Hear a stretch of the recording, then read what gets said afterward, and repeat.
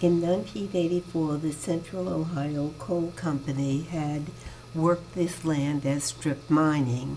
They donated almost 10,000 acres or 15 square miles to the organization that will now preserve and propagate animals that are endangered or threatened.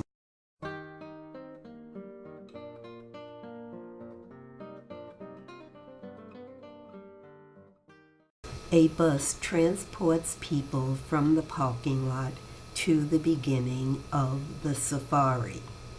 The wilds is home to rare and endangered species from the globe living in natural open range habitat. For those interested, there is a zip line that covers most of the territory of the range.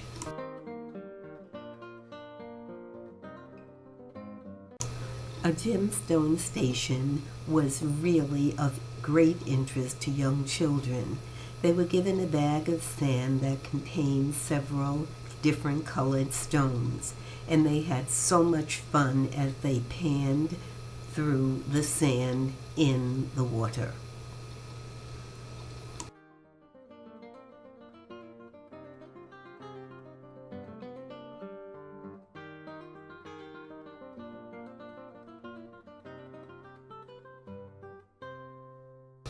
A chart helped them identify each stone.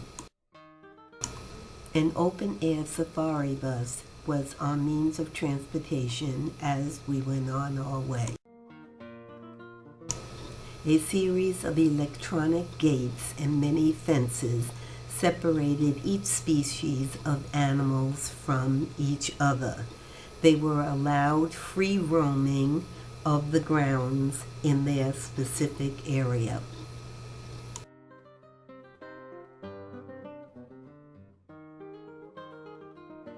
The Persian Onager once roamed across Central Asia in the Middle East, poaching for meat and hides, as well as competition with livestock threatened their survival. The endangered greater one-horned Asian rhino is mostly solitary except when a female is raising her young. They are native to Bhutan, India, and Nepal. The endangered Bactrian camel has 2 large humps of stored fat, which enables it to survive long periods without food and water. There are only about 1,000 wild camels left. Their range is Mongolia.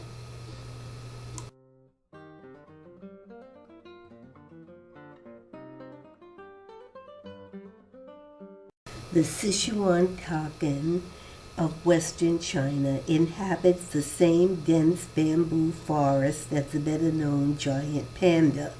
Habitat loss and overhunting has led to their decline in the wild.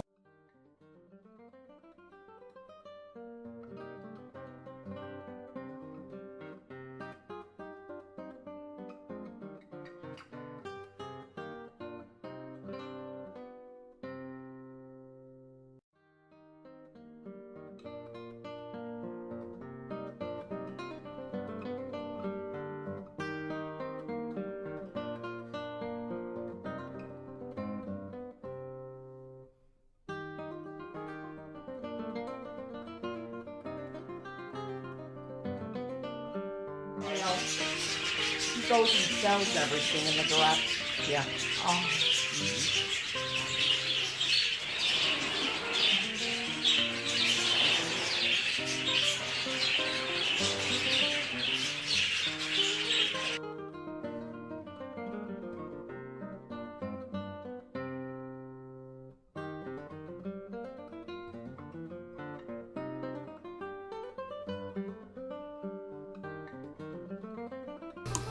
We had been advised that the lake trail was very steep going down to the lake and very difficult to come back up. We took that into consideration, and many of us did not venture all the way down, just part of the way to view what was there.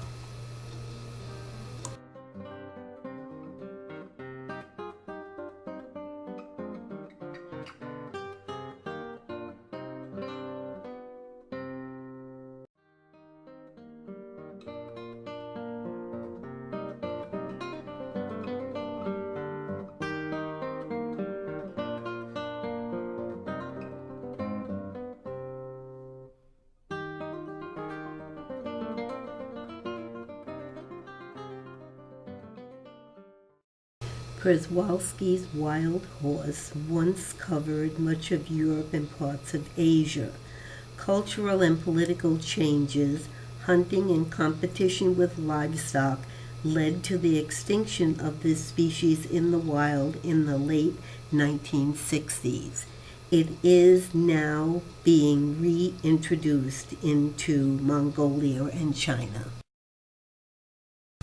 The American bison of North America was facing the real threat of extinction in the early 1900s, but the population has since recovered.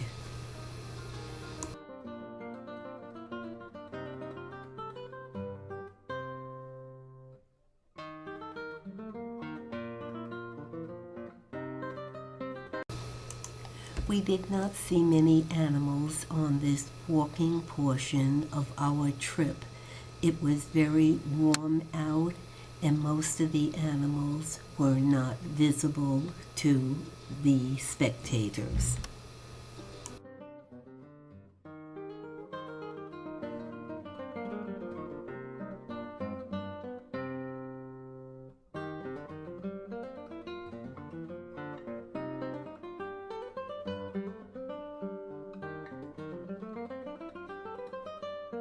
As you can see, the heat made the painted dogs very tired and lazy.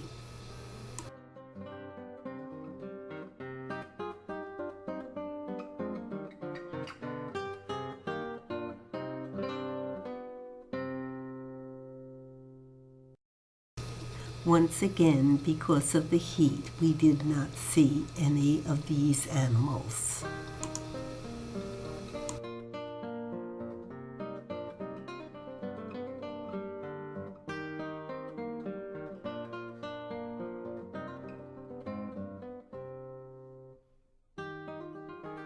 The long walkway led to the cheetah area.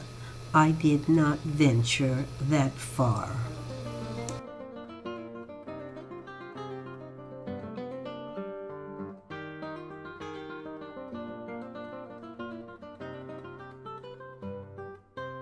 Grevy zebra is a threatened animal of northern Kenya and southern Ethiopia. There are fewer than 3,000 Grevy zebra remaining in the wild. Hunting for their skins and competition for food and water with domestic livestock are contributing factors to the decline in the Grevy zebras. The sable antelope was once thought to spread the sleeping sickness. This fear led to overhunting. It was later learned that it was not the antelope but the tsetse fly that did the spreading of the sleeping sickness. The endangered Banteng cattle are native to Southeast Asia and Indonesia. Hunting and crossbreeding with domestic cattle are conservation concerns for this wild cow species.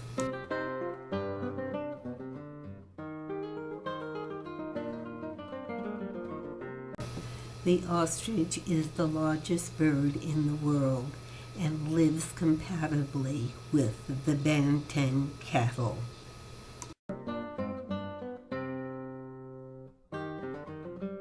The common eland of eastern and southern Africa is the second largest species of antelope. They can go long distances for food and can go long periods without water. The giraffe is native to Central and Southern and East Africa, limited parts of West Africa.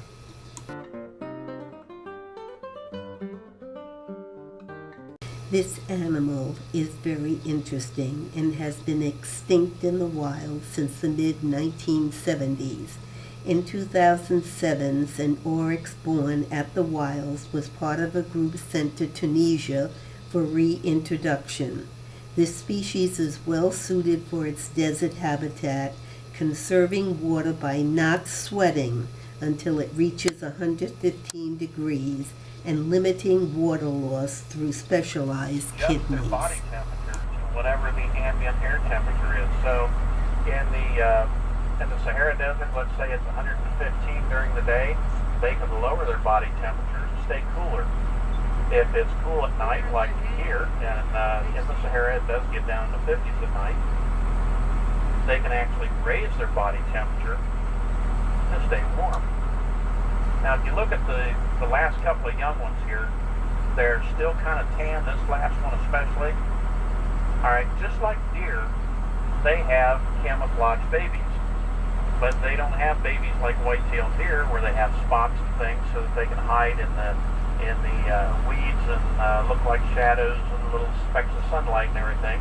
These guys are from the desert, so when they're born, they're desert sand color, and they can lay on the sand and you would never see them.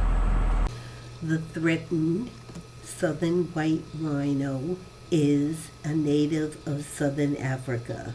They are grass eaters with a keen smell and poor eyesight, and they live in social groups.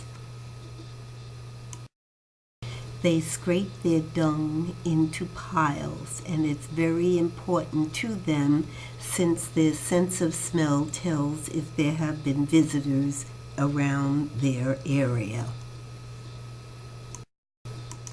Over 150 water holes, leftover pits from strip mining, dot the landscape and are frequently used by the animal inhabitants.